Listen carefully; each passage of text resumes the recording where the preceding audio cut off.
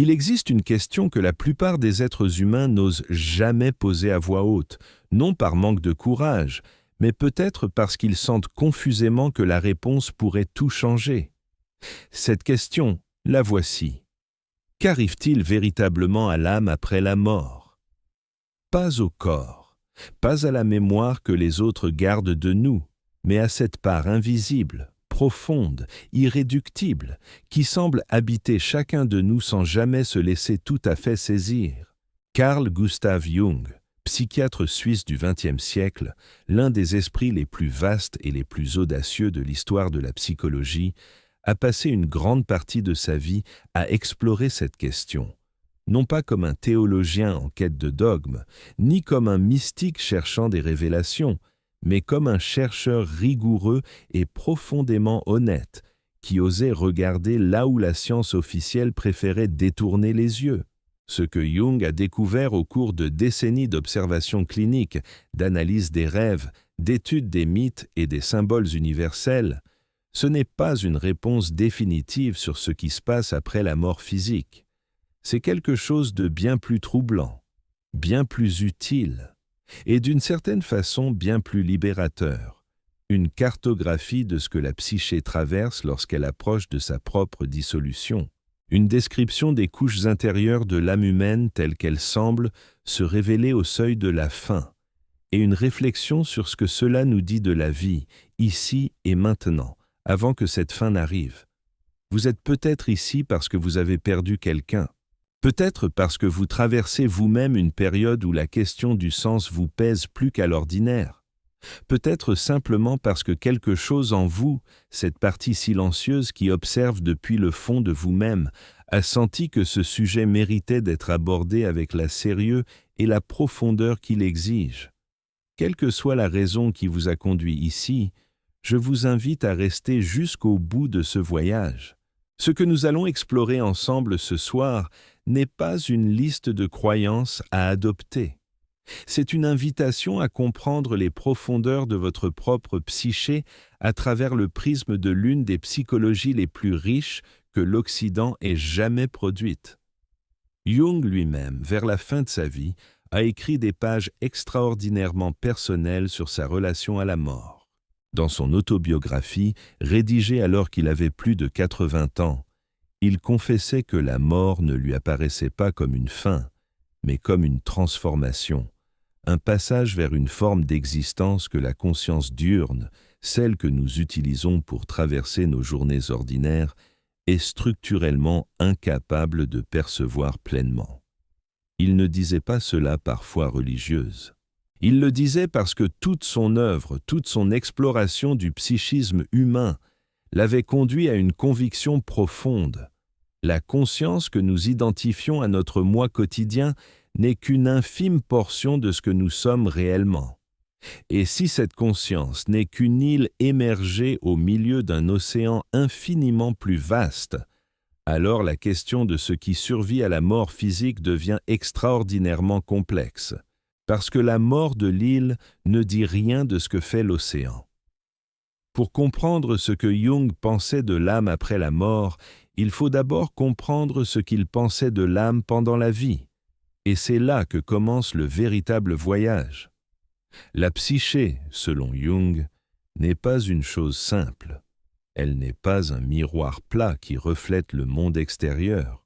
Elle est une structure d'une complexité presque inimaginable, organisée en couches, en tensions, en dynamiques qui s'influencent mutuellement et dont une grande partie échappe complètement à notre conscience ordinaire. Le moi, ce personnage que vous pensez être lorsque vous dites « je », n'est pas le centre de la psyché. Il n'en est que l'avant-scène visible, le porte-parole d'une réalité intérieure beaucoup plus profonde et beaucoup plus ancienne.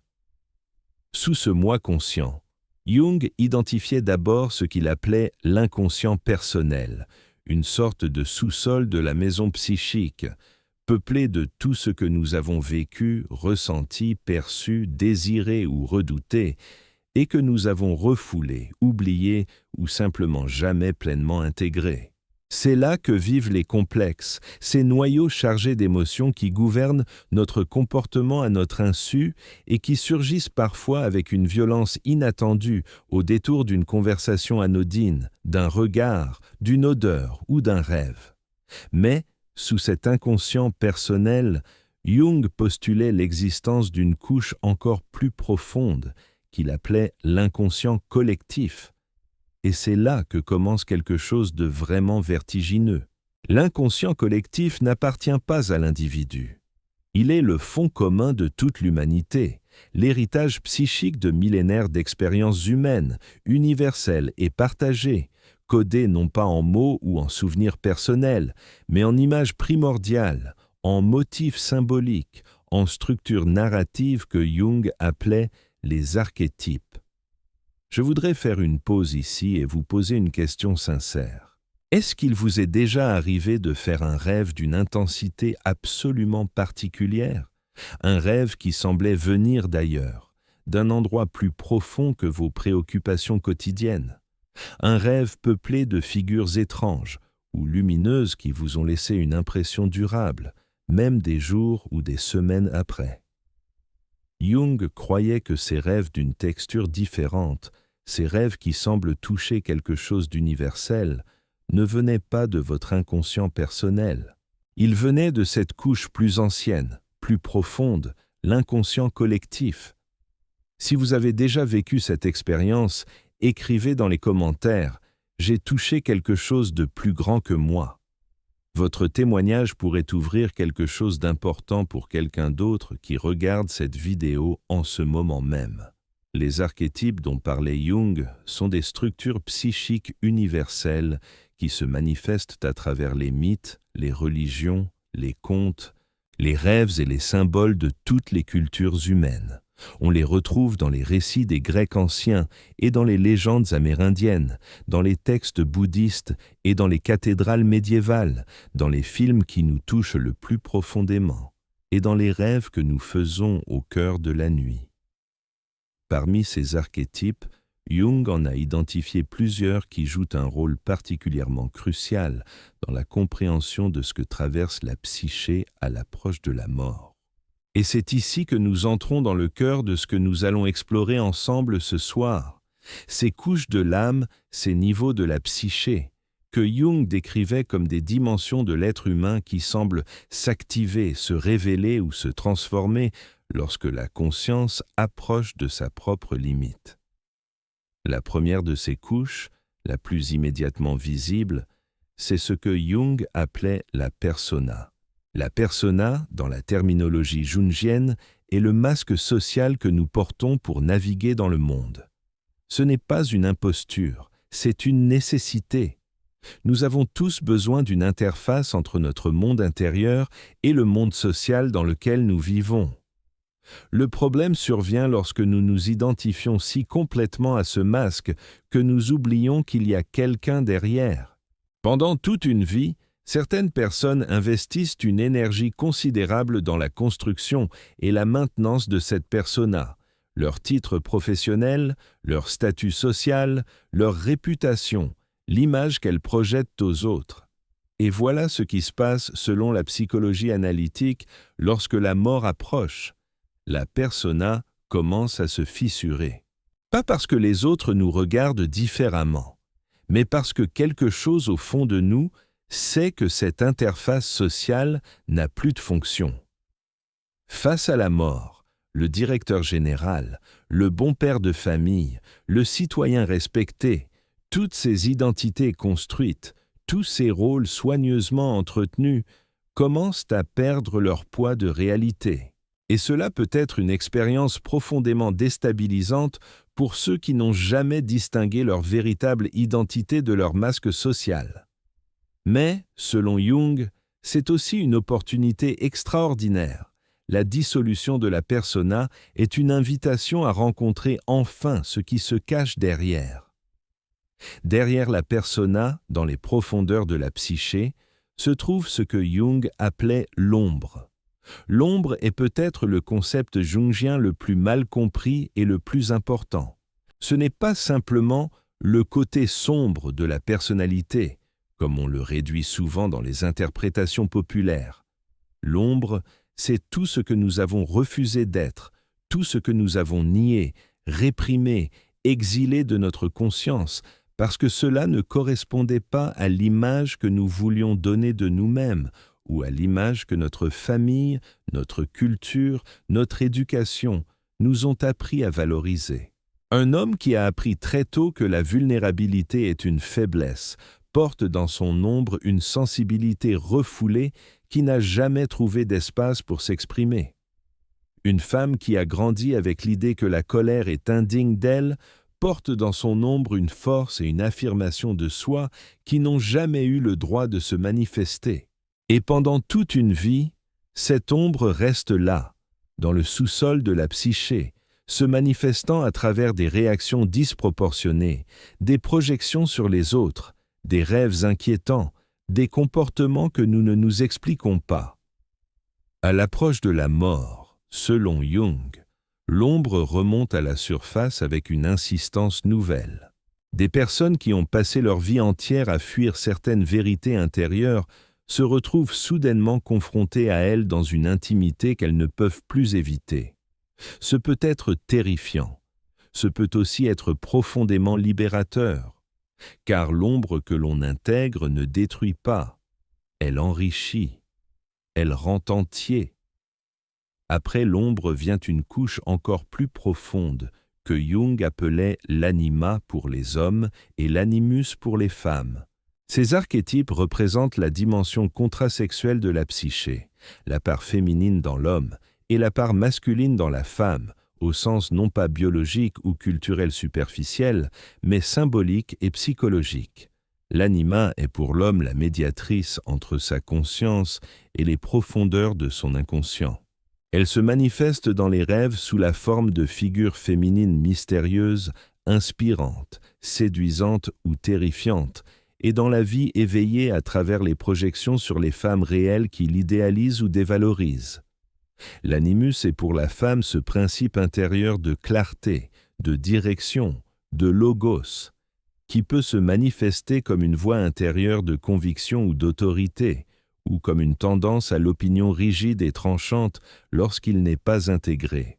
Ce que Jung observait, c'est que lorsque la psyché commence à se préparer à sa propre dissolution, ces figures intérieures semblent devenir plus actives, plus présentes, comme si la psyché cherchait à réconcilier ces polarités avant de les transcender.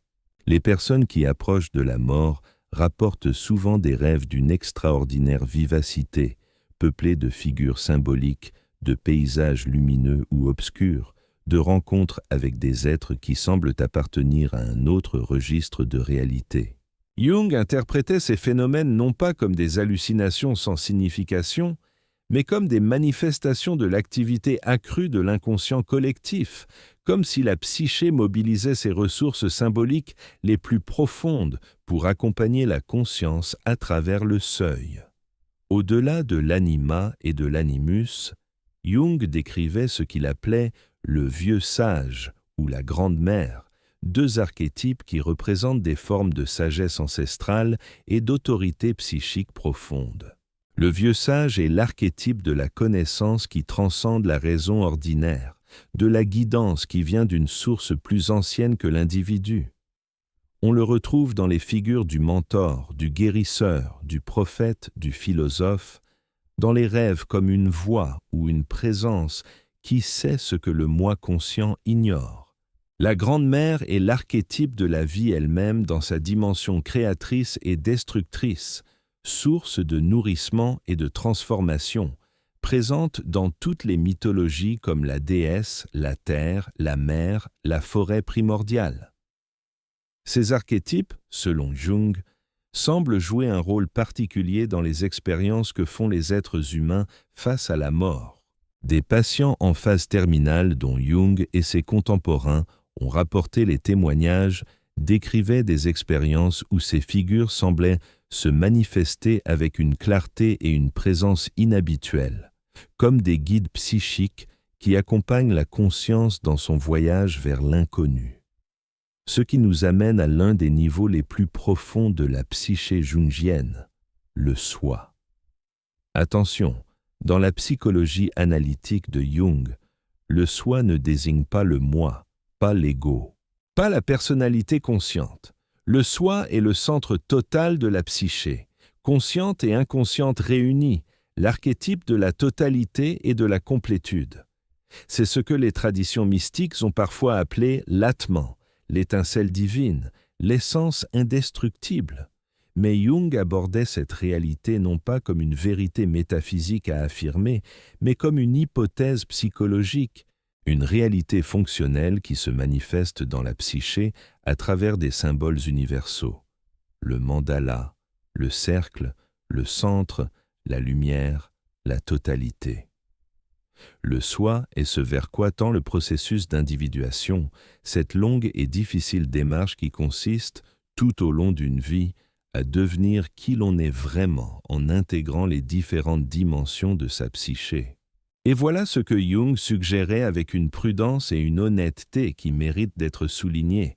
Il est possible que le soi, en tant que totalité psychique qui dépasse largement la conscience individuelle, ne soit pas soumis aux mêmes lois de temporalité et de finitude que le moi. Non pas parce qu'il serait immortel au sens naïf du terme, mais parce que sa nature même dépasse les catégories dans lesquelles nous pensons habituellement le temps et l'espace. Jung était particulièrement prudent sur ce point. Il ne voulait pas promettre une vie après la mort dans un sens littéral, religieux ou consolant. Mais il observait que la psyché elle-même semblait ne pas croire à sa propre mort. Dans ses rêves, dans ses symboles, dans ses mythes, l'inconscient représente rarement sa propre extinction. Il représente des transformations, des passages, des renouveaux, des descentes aux enfers suivies de remontées, des morts symboliques suivies de renaissances. Et Jung se demandait si cette tendance universelle de la psyché à se représenter non pas comme quelque chose qui finit, mais comme quelque chose qui se transforme, n'était pas révélatrice d'une réalité psychique profonde, indépendante de nos convictions conscientes sur la mort et sur ce qui nous attend au-delà. Il a lui-même raconté avec une franchise remarquable l'expérience qu'il a vécue en 1944, lorsqu'il a fait une crise cardiaque sévère et s'est retrouvé dans un état que nous pourrions appeler aujourd'hui une expérience de mort imminente. Dans ses mémoires, il décrit avoir eu l'impression de s'éloigner de la Terre, de percevoir le globe terrestre depuis une hauteur considérable et d'entrer dans un espace lumineux d'une présence absolument inhabituelle. Il décrit avoir rencontré une figure qu'il interprétait comme une manifestation de l'inconscient collectif et avoir eu le sentiment très clair qu'il était sur le point de comprendre enfin ce que sa vie avait signifié. Puis, il a été ramené à la conscience ordinaire et il a décrit les jours qui ont suivi comme une déception douloureuse, un retour dans un monde qui lui semblait soudainement plus étroit et moins réel que ce qu'il avait entrevu. Jung ne présentait pas cette expérience comme une preuve de quoi que ce soit, mais il la mentionnait parce qu'elle lui semblait significative dans le cadre de sa réflexion plus large sur la nature de la psyché et sur ses rapports avec ce que nous appelons la réalité. C'est ici que nous pouvons parler de ce que Jung appelait les synchronicités, ces coïncidences significatives qui semblent défier toute explication causale ordinaire et qui se produisent avec une fréquence et une intensité particulières au moment de grandes transitions dans la vie humaine, notamment à l'approche de la mort. Des personnes qui voient apparaître un oiseau inhabituel au moment précis où meurt un être aimé. Des rêves qui annoncent une mort imminente avec une précision troublante. Des objets qui se comportent de manière inexplicable dans les heures qui entourent un décès. Jung ne prétendait pas comprendre ces phénomènes dans le cadre de la causalité ordinaire. Il proposait plutôt l'hypothèse qu'il existe une dimension de la réalité dans laquelle la psyché et le monde physique ne sont pas séparés de la façon dont notre conscience ordinaire les perçoit, une dimension dans laquelle l'intérieur et l'extérieur, le subjectif et l'objectif, communiquent d'une manière qui échappe aux catégories habituelles de la pensée rationnelle. Et il observait que cette dimension semblait devenir particulièrement active au seuil de la vie humaine, à la naissance, aux grandes crises et à la mort. Pour comprendre pleinement ce que Jung envisageait concernant les niveaux de l'âme après la mort, il est indispensable de revenir sur ce qu'il appelait le processus d'individuation. L'individuation est le grand thème central de toute la psychologie analytique. C'est le processus par lequel un être humain tend, tout au long de sa vie, à devenir ce qu'il est vraiment en profondeur, à intégrer progressivement les différentes dimensions de sa psyché, à réconcilier les opposés qui le constituent, à dépasser la division entre moi conscient et inconscient, pour atteindre quelque chose qui ressemble à une totalité vivante. Ce processus n'est jamais achevé pendant la vie, il est, par nature, infini. Et Jung se demandait si la mort n'était pas, d'une certaine façon, non pas l'interruption de ce processus, mais son accomplissement dans un registre qui dépasse notre entendement ordinaire.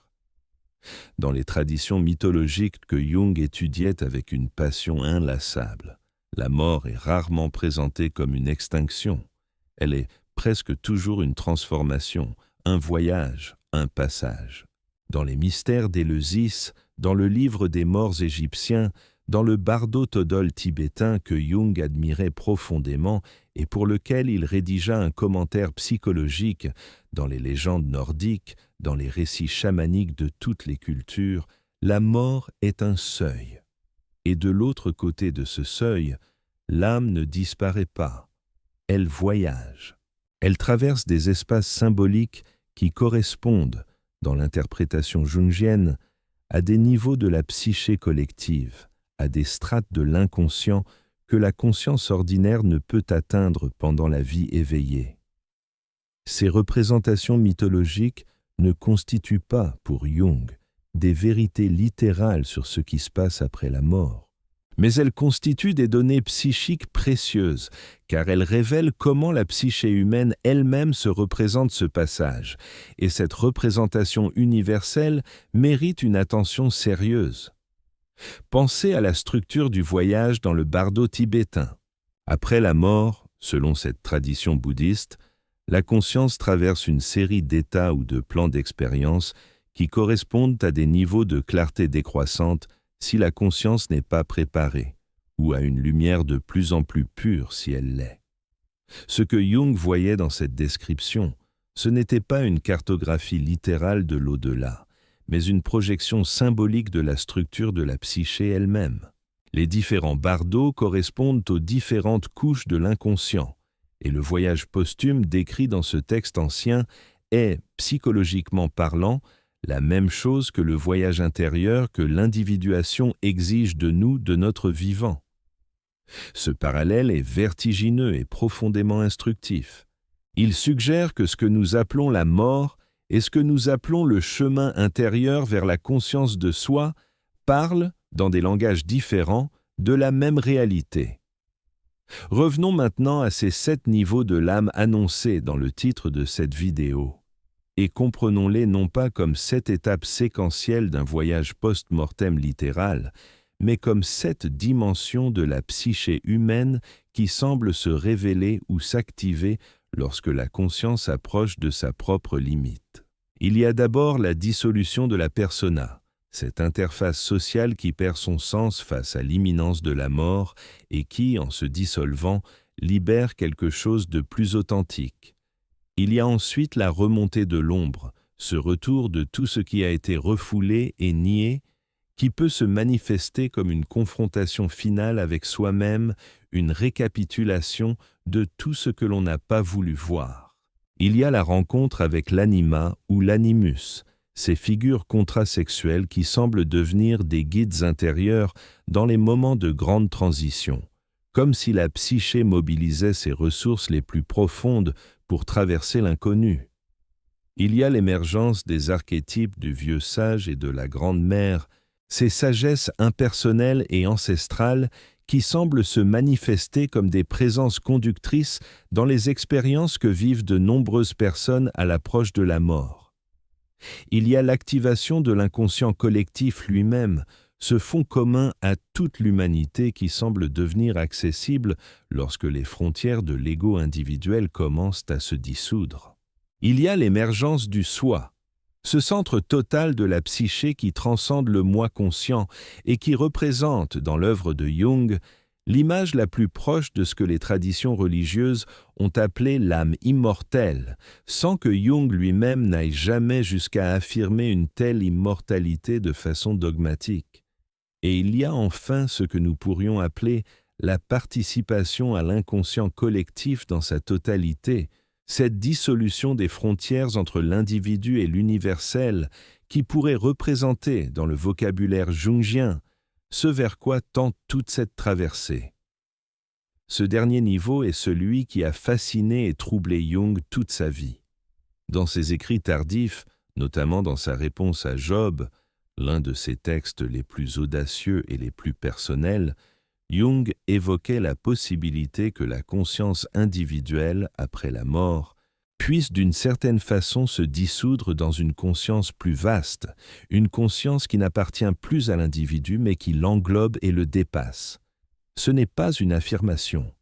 C'est une hypothèse formulée avec la prudence d'un homme qui a consacré toute sa vie à observer la psyché et qui refuse de prétendre savoir ce qu'il ne peut pas savoir.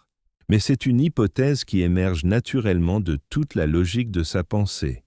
Si la psyché est structurée autour d'un soi qui dépasse l'ego, si l'inconscient collectif est une réalité qui transcende l'individu, si les archétypes sont des structures qui appartiennent à l'humanité entière et non à tel ou tel individu particulier, alors la mort de l'ego n'est peut-être pas la fin de la psyché. C'est peut-être le retour de la partie émergée à l'océan, dont elle n'a jamais vraiment cessé de faire partie. Mais voilà ce qui est peut-être le plus important de tout ce que nous avons exploré ce soir. Et c'est là que la pensée de Jung devient vraiment utile pour la vie quotidienne, la vôtre, maintenant, aujourd'hui. Parce que si ces niveaux de l'âme existent, si cette structure psychique est réelle, alors ce voyage dont nous parlons n'attend pas la mort pour commencer. Il se déroule ici, maintenant, dans votre vie de tous les jours. Chaque fois que vous rencontrez une crise qui dissout votre persona et vous force à vous demander qui vous êtes vraiment en dehors de vos rôles sociaux, c'est une rencontre avec le premier niveau. Chaque fois qu'une pulsion, une réaction ou un rêve vous révèle quelque chose que vous n'aviez pas voulu voir en vous-même, c'est la sombra qui remonte, qui demande à être regardée en face. Chaque fois que vous tombez amoureux et que vous projetez sur un autre être des qualités qui semblent transcender ce que vous voyez réellement, c'est l'anima ou l'animus qui parle à travers vous. Chaque fois qu'un rêve vous emporte dans un paysage symbolique d'une intensité inhabituelle et vous laisse une émotion que vous ne savez pas tout à fait nommer, c'est l'inconscient collectif qui tente de vous parler dans sa langue. L'individuation, ce processus que Jung considérait comme le sens profond de toute existence humaine, n'est pas un chemin réservé aux philosophes ou aux psychanalystes. C'est le chemin que la vie elle-même trace pour chacun d'entre nous, à travers les pertes, les crises, les amours, les deuils, les moments de doute et d'émerveillement, les rêves qui nous réveillent en plein milieu de la nuit et les coïncidences qui nous donnent l'impression que quelque chose de plus grand que nous est à l'œuvre dans nos existences. Ce qui rend l'approche de Jung si précieuse, c'est qu'elle refuse de donner des réponses toutes faites. Elle pose des questions, elle ouvre des espaces de réflexion. Elle invite à regarder à l'intérieur avec la même curiosité sérieuse et la même honnêteté que l'on aimerait apporter à l'exploration du monde extérieur. Et dans cette invitation, il y a quelque chose qui peut fondamentalement transformer la façon dont on envisage non seulement la mort, mais toute la vie. Jung écrivait que la grande question n'est pas de savoir ce qui nous attend après la mort. La grande question est de savoir ce que nous faisons de la vie qui nous est donnée et si nous avons le courage de traverser les épreuves que cette vie nous impose avec suffisamment de conscience pour qu'elle nous transforme plutôt que de simplement nous blesser. Il observait que les personnes qui avaient accompli le plus de travail intérieur, qui avaient fait face à leur ombre avec honnêteté, qui avaient traversé les crises de leur existence avec une certaine présence à elles-mêmes, abordaient la fin de leur vie d'une manière qualitativement différente de celles qui n'avaient jamais osé regarder à l'intérieur. Non pas nécessairement sans peur, car la peur de la mort est inscrite dans les couches les plus primitives de notre psyché et personne n'en est complètement exempt. Mais avec une certaine familiarité avec les profondeurs, une certaine confiance dans les processus qui dépassent la compréhension consciente, une certaine capacité à lâcher prise sur les formes que l'existence a prises tout au long d'une vie, pour s'ouvrir à ce qui vient. Il y a dans la pensée de Jung une tendresse extraordinaire pour la fragilité humaine. Il n'a jamais prétendu que le chemin intérieur était facile. Il l'a lui-même décrit comme une traversée de forêts sombres, une descente dans des abîmes, une confrontation avec des ombres que l'on aurait préféré ne jamais voir.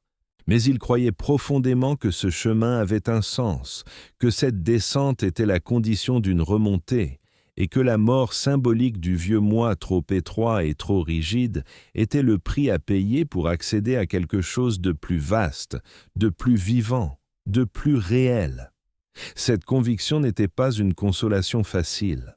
C'était le fruit d'une vie entière d'observation, d'écoute, de réflexion et d'une honnêteté intellectuelle qui mérite notre respect le plus sincère. Alors, laissez-moi vous laisser avec une question, une seule, pour terminer ce voyage que nous avons fait ensemble ce soir. Si les niveaux de l'âme que Jung décrivait sont réels, si votre psyché contient en elle-même une persona, une ombre, des figures archétypales, un soi qui dépasse votre moi quotidien, alors qu'est-ce que cela change à la façon dont vous vivez aujourd'hui? Pas demain, pas quand vous serez prêt, mais maintenant? Y a-t-il quelque chose dans votre vie que vous fuyez depuis trop longtemps? Une vérité que vous n'avez pas encore eu le courage de regarder en face, une dimension de vous-même que vous avez exilée parce qu'elle ne correspondait pas à l'image que vous vouliez donner. Jung ne vous dira pas quoi faire de cette question. Il vous demandera simplement de la prendre au sérieux, de lui accorder le respect qu'elle mérite, et de comprendre que l'exploration de votre propre profondeur n'est pas une activité réservée aux crises ou aux moments extrêmes. C'est le travail de toute une vie, et c'est peut-être la chose la plus importante que vous puissiez faire, non seulement pour vous-même, mais pour tous ceux qui vous entourent, et que votre transformation ne peut que toucher, même silencieusement. Si les idées de Carl Gustav Jung ont éveillé quelque chose en vous ce soir, si quelque chose dans ce que nous avons exploré ensemble a touché une corde que vous ne saviez pas encore nommer, peut-être que ce n'est pas une coïncidence. Ce canal est un espace pour ceux qui désirent comprendre leur propre psyché, découvrir les symboles cachés dans leur vie quotidienne et marcher vers une existence plus consciente et plus pleinement habitée. Si cette vidéo vous a apporté quelque chose, laissez un like, abonnez-vous à la chaîne et partagez cette vidéo avec quelqu'un qui, vous le sentez, pourrait avoir besoin de ce type de réflexion en ce moment. Les commentaires sont ouverts pour vos témoignages, vos questions et vos pensées. Chaque partage d'expérience dans cet espace enrichit la réflexion collective. Et n'oubliez pas, le voyage le plus important que vous ayez jamais entrepris n'est pas celui qui vous mènera vers un pays lointain ou une réussite professionnelle. C'est celui qui vous conduira avec honnêteté et avec courage vers la rencontre avec vous-même.